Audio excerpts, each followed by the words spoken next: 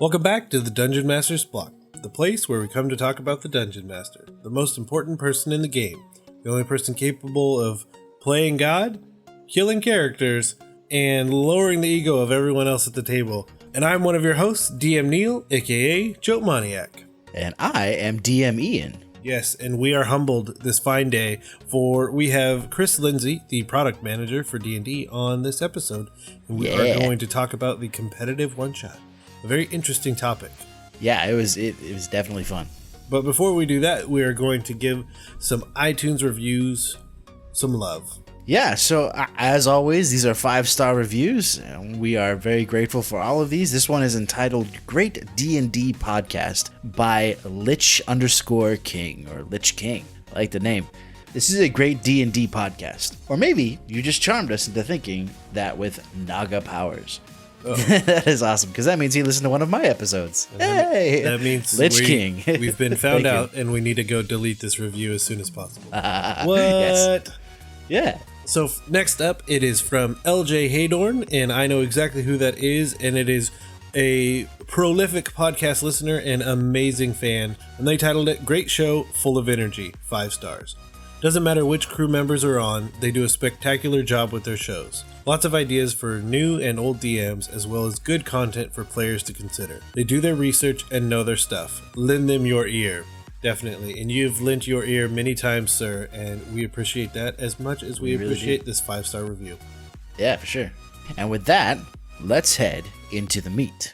I'm starving. We ain't had nothing but maggoty bread for 3 stinking days.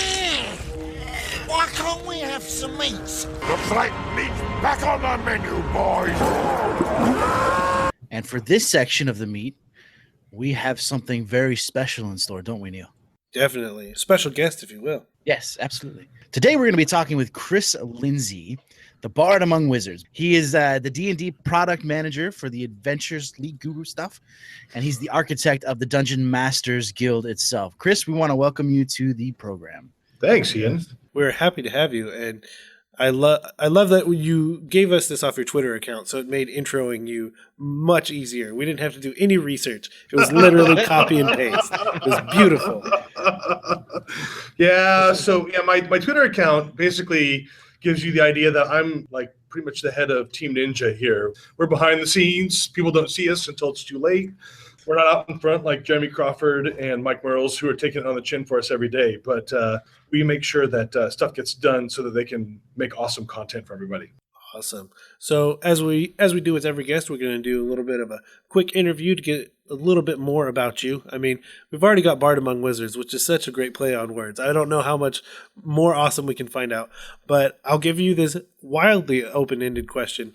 Can you tell us a little bit about yourself that you think the listeners would be interested in? I come from an education background, but I kind of found my way into Wizards of the Coast through a very, very winding road. That's a very long story I could talk all day about, but I won't go too far into that.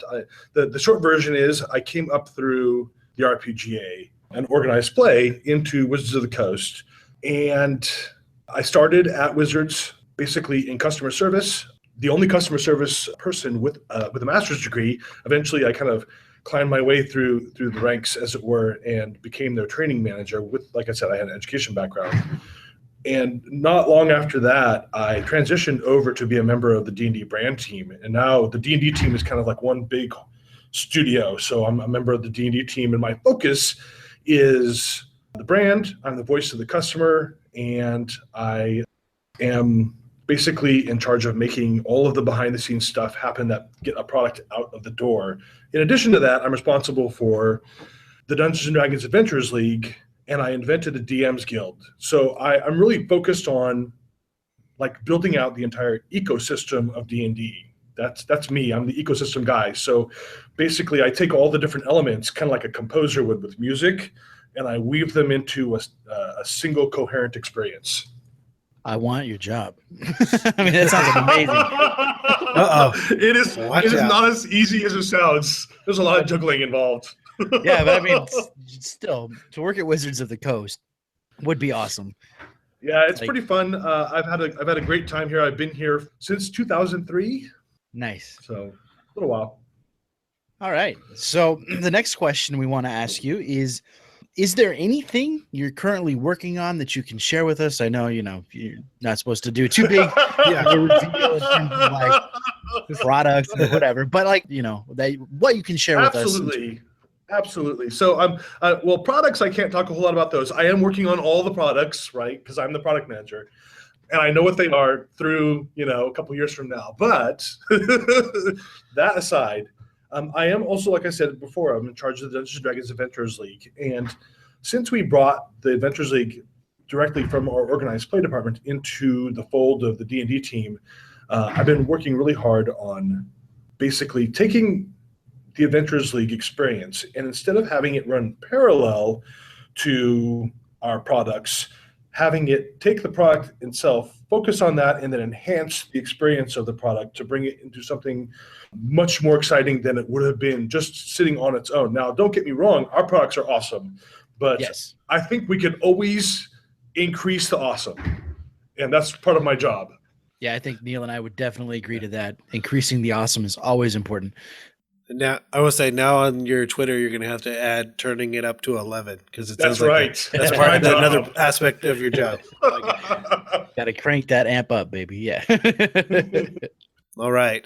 And I mean, I've given you a little bit of a hint as to what could potentially come your way with this next one, but we have a surprise question for you, as we do with all of our guests. The other fun thing is that Ian doesn't know what this is. I'm the only one that knows what this is. So, which is pretty scary. Yeah. All of these surprise questions come from our Patreon dragons. So if you're interested in tossing out surprise questions to our guest, you can always check out our Patreon. And this one is going to come from a silver dragon, Blake Ryan. And I'm pretty excited because I have no idea what you're going to say next. Which Major League sport should be replaced by Dungeons and Dragons? That is a phenomenal question. All of them. Oh, yes. All of them. No, not baseball. I am not a sports fan. That's awesome. Even a little bit. The only exception to that is I like to watch the Olympics. So set those aside; they're their own thing. But like we're talking about professional sports, eject all of those yahoos. Now I know that's going to make me popular with the people. They're not going to like that sound at all. But if I had to pick one, though, first and foremost, football, your history. Nice. And it's not because I don't know anything about football. I played it when I was a kid. I just loathe the sport. Done. I can dig that.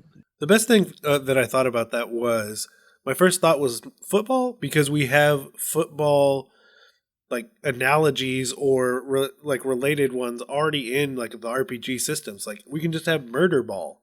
Sure. And, it's just Dungeons and Dragons games instead of the NFL. Done. Absolutely. Or, they have, you could play, like the old roller ball, right? With motorcycles and skates and knives on your sleeves and stuff like that.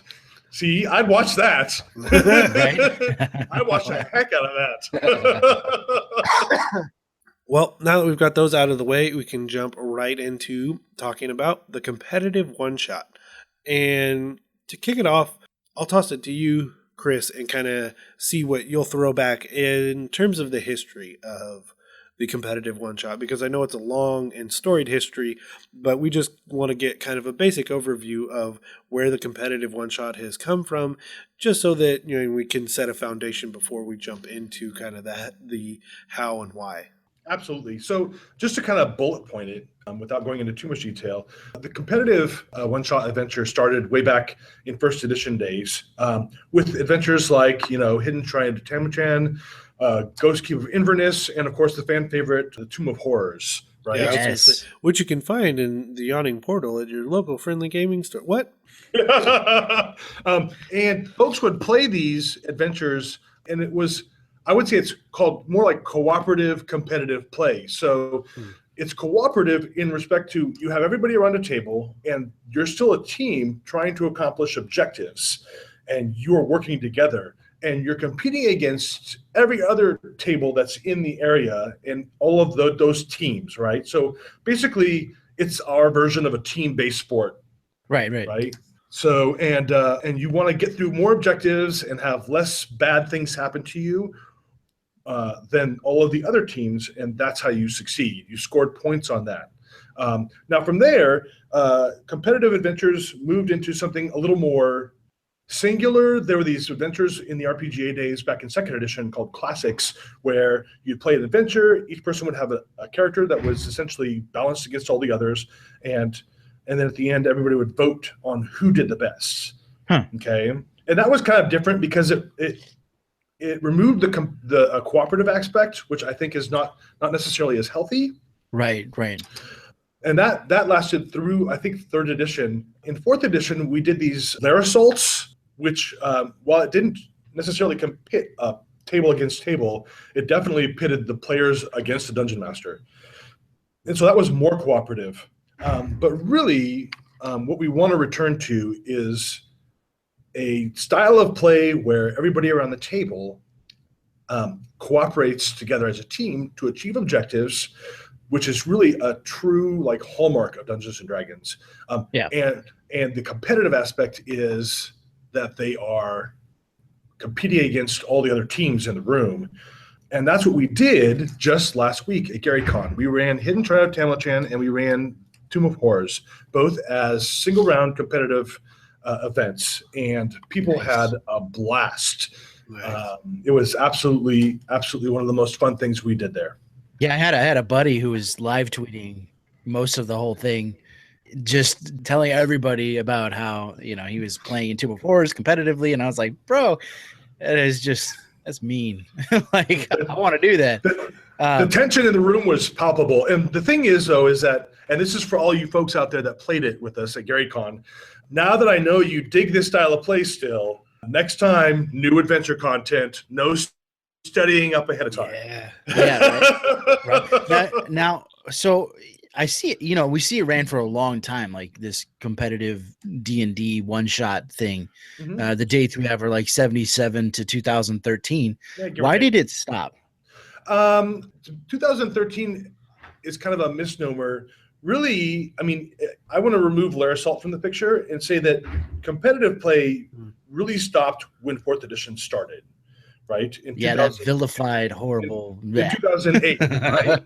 So in 4th edition, caters to a very specific type of player, which is actually a very small subset of our audience, unfortunately. And while we dig those guys and gals that like that type of play, we really wanted to offer an experience that was more broad than that. So we have 5th edition now, and it went away because I think that we were so focused on trying to make that paradigm work that we didn't have time for the little side things like competitive play. Now that we're back to 5th edition, which takes like all the best elements from every edition that's ever come before it, I think we have a much more robust environment where we can do experimental things like competitive play and have some fun with that. Perfect. Yeah. I mean, I've said this on the show before. I came from a really strong 3.5 background, and we tried 4E for a little bit, and it just wasn't for us. But I'm a really big convert to 5E now. I love it, and to see this one-shot competitive aspect of the gameplay come back, I think it's really cool, especially with all the sweet stuff you can do with the character in 5E.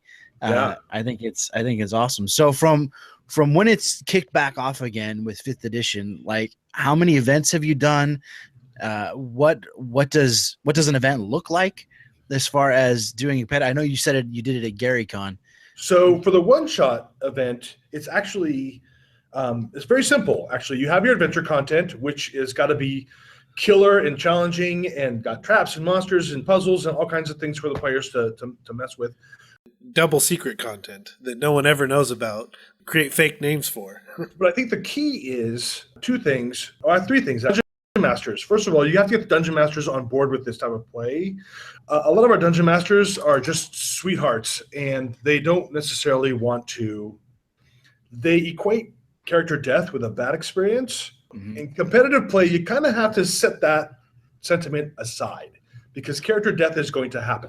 Right, because it's more about overcoming the objectives, and it's a very different mentality on the behalf of the dungeon master, because we're trained.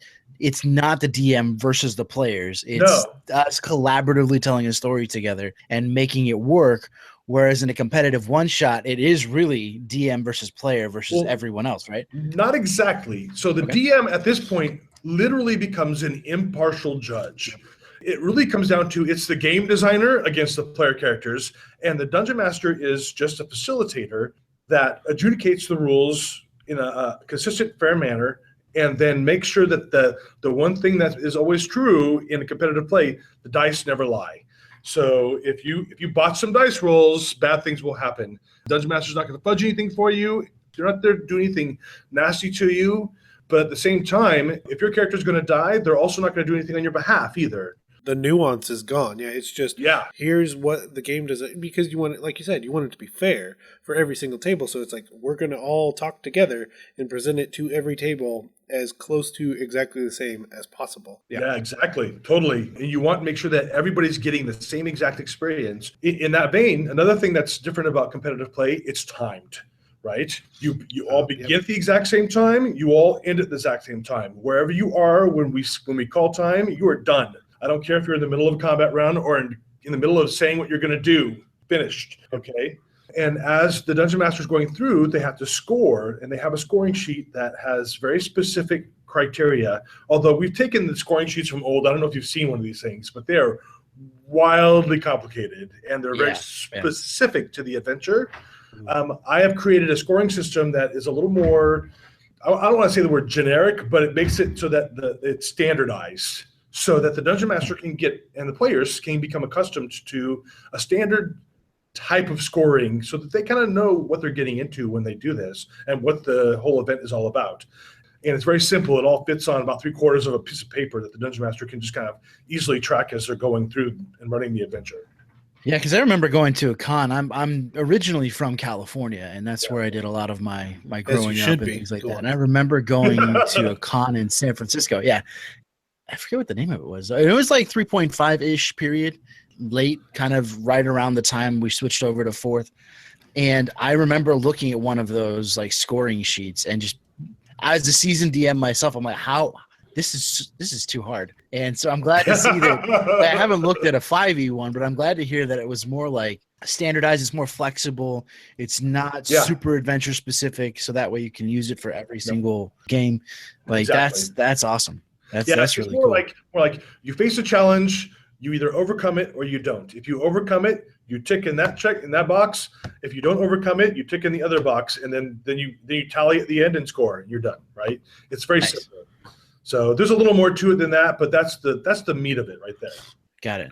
So how many events have you held, or how many on average would you say that you do a year since 2016 has turned over? I mean, you said it's a kind of it's a thing that people like to do. I dig the idea of doing a competitive one shot because I'm a competitor myself. We just started this. So last year at Origins, for the first time in a long, long time, we ran the D&D Open. And that is a massive, massive 2-round competitive event. We restructured it so rather than people getting eliminated, they got to play all the way through. We made it objective-based. We had some fantastic designers working on that, and it was just tough.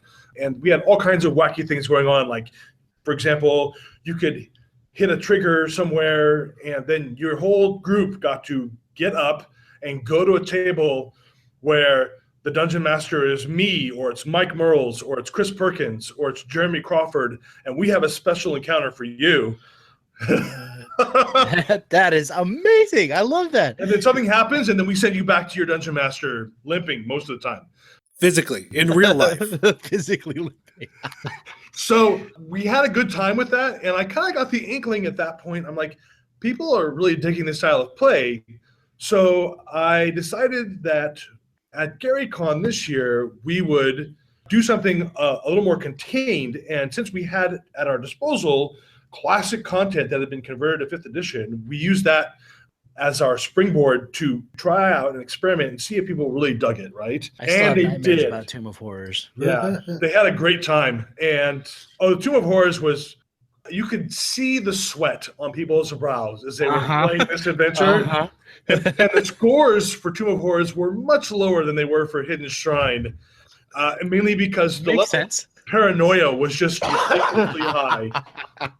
Our lowest scores Unfortunately for those tables, I'm not going to name who they were. They were in the negative numbers. No. Oh wow! Oh, my yes. that is insane. Beautiful.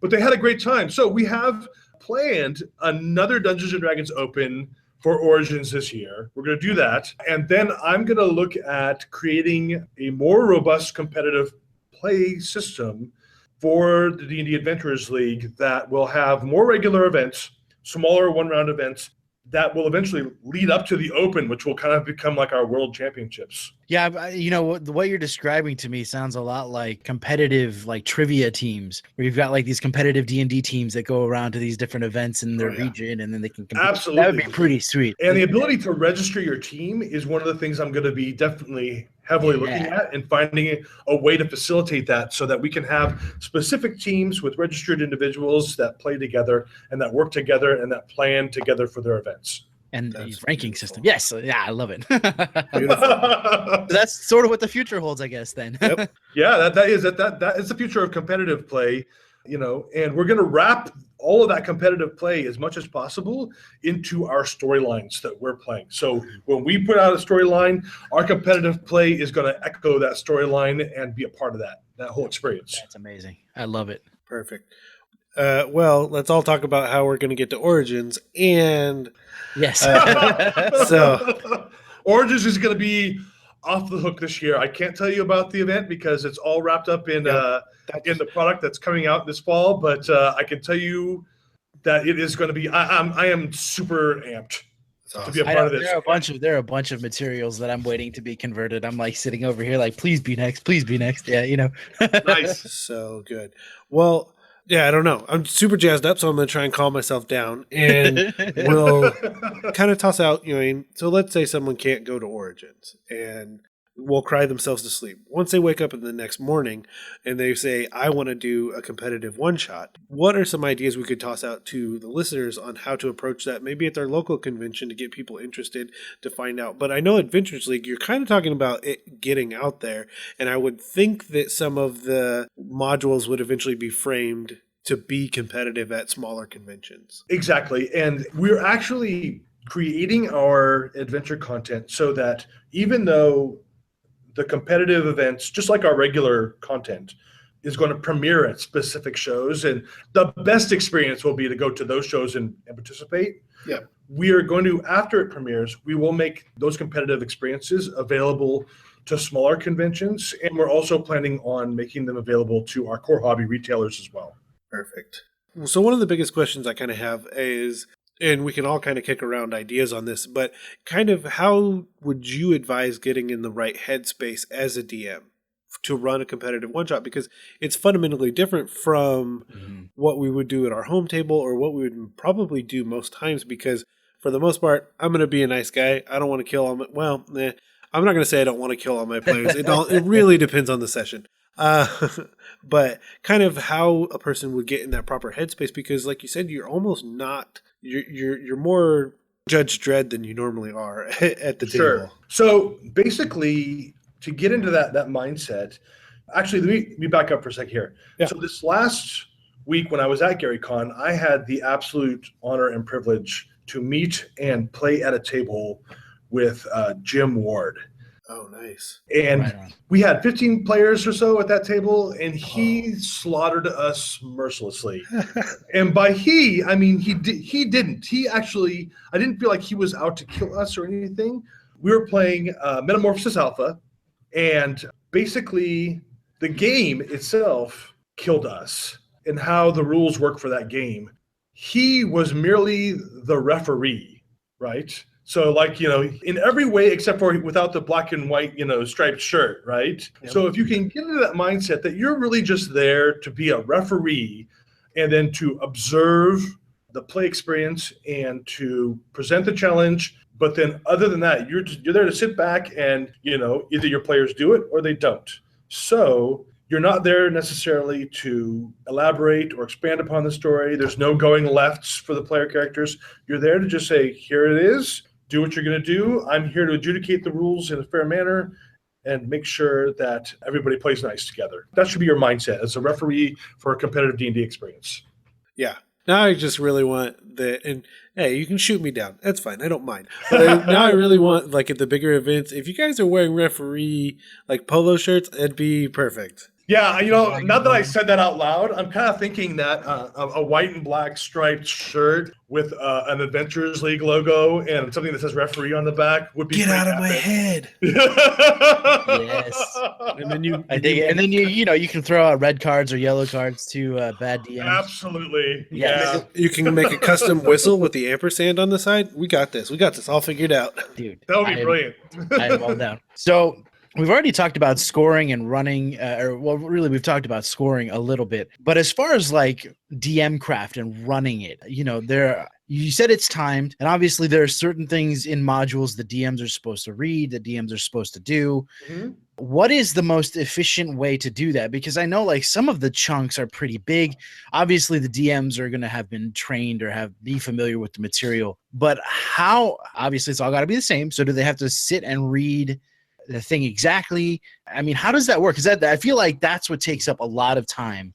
Sure. The Dungeon Master should be following the adventure, which, by the way, the adventures to work in competitive play really need to be self-contained. They need to be in their own environment that you really can't, it's like a bubble you can't really escape from. Think of it like the Hunger Games, right? Only with your fake people. And the Dungeon Master is just there to basically present it to you. Now, that said, since PC does not stand for player character, it in fact stands for plot corruptor. That's yes, beautiful. I love that. I'm stealing that.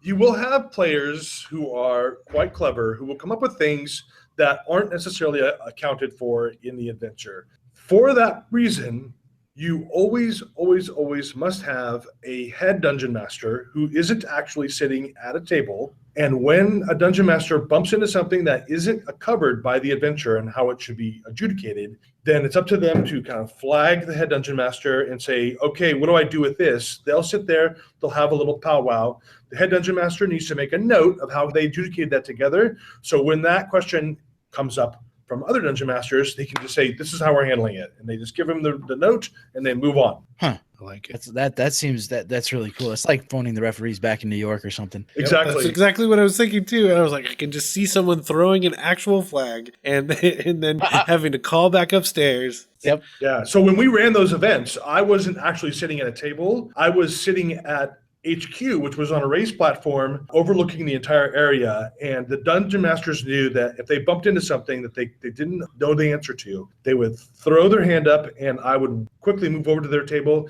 The dungeon master and I would have a quick conversation to figure out how to handle it, and then they would move on. That's awesome. Yeah, I mean, that's a big thing, because I feel like you'd have to be a little bit, as a dungeon master in a competitive situation, a little bit more rules lawyery, Yep. if I can use that term, than you normally would otherwise. There's not a lot of Absolutely. bend or play or creativity. Yeah. No, rules as written, but with 5th edition, as most people know, rules as written, the biggest rule is it's up to the dungeon master. Yeah. Yeah, So exactly. you have to account for that a little bit. Yeah. So we've talked about how. Now, why would a dungeon master undertake, like, obviously this thing? What is the motivation to sit down and run a competitive one shot? Like, to you, obviously they're fun, but other than like the fun, what are the pros and our show notes say the pros and the fun of setting one up? I think it's supposed to be the pros and the cons of setting one up. So what would the pros and the cons of running a competitive one shot be? Well, so that's a good question. And that's something that we are working on right now. Now, we have a lot of dungeon masters out there that just love to dungeon master for the art of it. That said, it's obvious that if you're dungeon mastering competitive events, you're not playing in them, right? Right. So you don't get that end of the experience. But we do have a robust dungeon master reward system for D&D Adventures League that will basically give them things for their play experience outside of the competitive arena, for like their characters that they're playing and so on and so forth. Additionally, again, this is kind of a new thing. And so one of the questions that I have to answer is, how do we attract dungeon masters to this arena, as it were? And I'm going to be looking to my compadres who run Magic Organized Play for some tips and tricks on that, because as far as like how they attract their dungeon masters and so forth, or their judges and referees. It's so funny because that's what I had thought earlier in our conversation when you were like figuring out how to register people and teams and stuff. I was like, oh, I think the Magic guys across the hall. I think they've been doing that for like 30 years. I know one or two of them, and by that I mean most of them. So I feel like I can just go over and we can have a chat. A conversation or two, maybe. So, and I'm just going to, since we're kind of tossing out ideas, and it's like you said, for some dungeon masters, the story, the art, and everything that trumps rules in a lot of ways. And, and they could just throw the dice out and probably be just as happy as the dungeon master. Obviously, you need that in there to make it seem fair and not become this either we're just writing a book together or super competitive against each other. Sure. I think one of the cool things, though, and you've already kind of mentioned it, is that palpable tension inside of a room. Like that experience as the person running it, and like you're getting to facilitate that experience for other people. Like that's what would drive me in that scenario, is that I'm the one that gets to have these people experience Tomb of Horrors or something like it on this level. Because it's not just Tomb of Horrors at your table. It's at Tomb of Horrors at your table that is in the midst of 20 other tables that is literally has a table above it by the people that are making Dungeons and Dragons. Yeah. Everything just gets elevated to,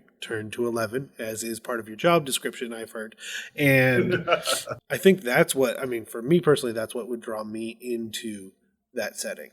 Also, I like to really showcase our best DMs as sort of minor celebrities in their own communities as much as possible, right? So like when we had the winning team for both those events at GaryCon, afterwards, the prize was a really nice alt cover copy of Volo's Guide to Monsters, right? Nice. Which I signed, Mike Merles signed, and then I had their dungeon master sign it and, congratulate them and so forth, right? Because I want the dungeon master to feel like they were part of giving the experience that these players were having and part of the fun that they were having still. So the other question, I don't know, it's been percolating in my mind for a while, is have you ever thought about doing competitive play, not necessarily everybody working toward the same objective, but maybe two sides of a war? You've got the one side that's like trying to accomplish X, but the other side is fighting against them to accomplish Y. And then, because that seems to me like that would be really fun as well. And I don't know if there would be a format to do that. I'm sure you guys are that could be wherewithal to develop that system, but I think that would be that could be interesting. However, in the context of Adventurers League, all of the characters are part of individual factions. And while the factions don't necessarily get along, they do work together. So that said, putting players into a situation where they're kind of going head to head with each other, you have to be very careful because the potential for like hard feelings at that point increases significantly. And Dungeons and Dragons is really a game about bringing people together to enjoy a collaborative experience. And more so than any other like event, when you're being competitive, you have to find a way to still kind of keep it collaborative. Now, that said, I will reserve the right to, of course, change that in the future and do something different. But I think however we approach it, we're going to have to be very careful about how that experience is crafted in order to avoid hard feelings. Yeah, I get that. The only reason I asked is because I had a campaign where I was running both sides. I had two groups and I was running both sides on different weeks, and they were counteracting each other the whole time. Of a different war, of a civil war going on in the country. So I was just, that's why that idea popped into my brain in competitive play, because that seems like, but yeah, you're right. The potential for being, getting your feelings hurt, the chances are a lot better than if you're just doing something where you're all running the same thing. Now, I will say during the open, we have had objectives that were faction based, and achieving those objectives might somehow be like, to the detriment of other factions. Usually when they achieve those objectives, however, it doesn't really trip up the other factions so much as it just brings their faction up, right? They are somehow rewarded as opposed to kicking the other guy in the shin. Yeah, instead of the other team being penalized. Yeah, that's cool. I like that. If anything, what would be your parting words to a dungeon master or to a group of players that want to get into competitive D&D? My advice is remember that we're all here to just have fun. Keep in mind that our code of conduct for Adventurers League play applies to competitive play just the same as it applies to cooperative play, right? And let's everybody just be a good sport and have a good time, right? Yeah. have fun with it and, revel in your successes, but also be sensitive to those who may not have had the success that you've had. We have negative scores on Tomb of Horrors. Yes. Yeah, Tomb of Horrors. Like I said, I played it in 3.5, and I still have nightmares about that place. Rocks fall, everyone dies. I will Horrible. say my personal record for Tomb of Horrors is 45 minutes to total party kill. Wow. And then it was like, That does okay, not guys. surprise me in the least. Yeah, I go, pizza and a movie? Off we go. Was that a competitive play, or was that it? No, that was just at home. That's so good. All right, well, everybody roll up new characters. Yeah. Awesome. If people want to follow you and hear more from you and keep up on all the interesting things, both with competitive play, Adventures League, and everything like that, what would be the best method for them to do it? The best way to keep an eye on me is to do that on Twitter. I am at Onnatrix, ONNATRYX, and I post there frequently about things that are going on. Sometimes even those of us here in the office have little Twitter wars with each other because we're debating about the creation of one thing or another. And also if you want to see like pictures of me cooking in the kitchen and the things I'm creating, that's another good way to do that. Nice. Perfect. Yeah. Just again, thank you so much for being here. We really, I had a great time talking about it. I mean, this competitive stuff is so much fun in my opinion. Yeah. Thank you guys for having me. And we just want to thank Chris Lindsay again for sharing his time and his amazing amount of knowledge and I would say exuberance. I think he was one of the happiest people that I've ever talked to. He was. Lots of laughing in that episode. Yeah, for sure. Or in this episode. Yeah. And it was just fantastic to have him on. If you guys want to get in contact with us and tell us how great you thought this episode was and how much laughing there was, how would they do that, Ian? Well, you can email us at dungeonmasterblock, that's dungeonmaster with no S, block, at gmail.com. And you can also leave us an iTunes review, 5 stars if you like it, and we will read it on a future episode. And if 140 characters is more your speed, you can head over to Twitter and find us at DMS_block. That's at DMsBlock. Or you can head over and like us on Facebook and you can get all of our updates, find out when our episodes drop, and all kinds of fun memes there. But, as always, we are going to give a Patreon shout-out. And today's shout-out goes to... Richard Davey!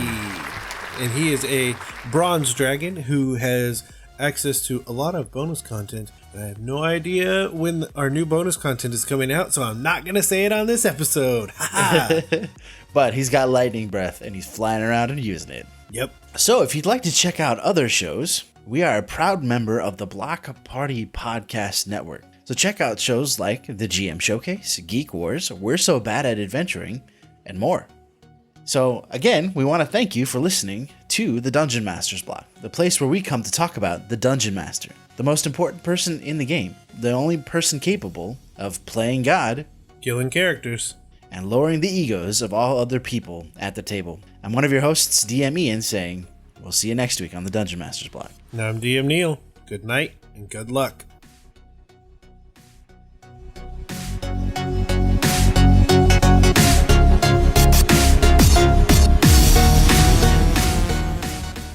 I was going to say, you had a question before I jumped in. I did, I know. And then I was paying too much attention to what we were talking about. Shame on me. Yeah. I copy-pasted the one from the Halloween episode when I made this outline. So it says, painting the town dead, killing characters' families, and decimating the sanity of all the players at your table. Well, shame on me. So,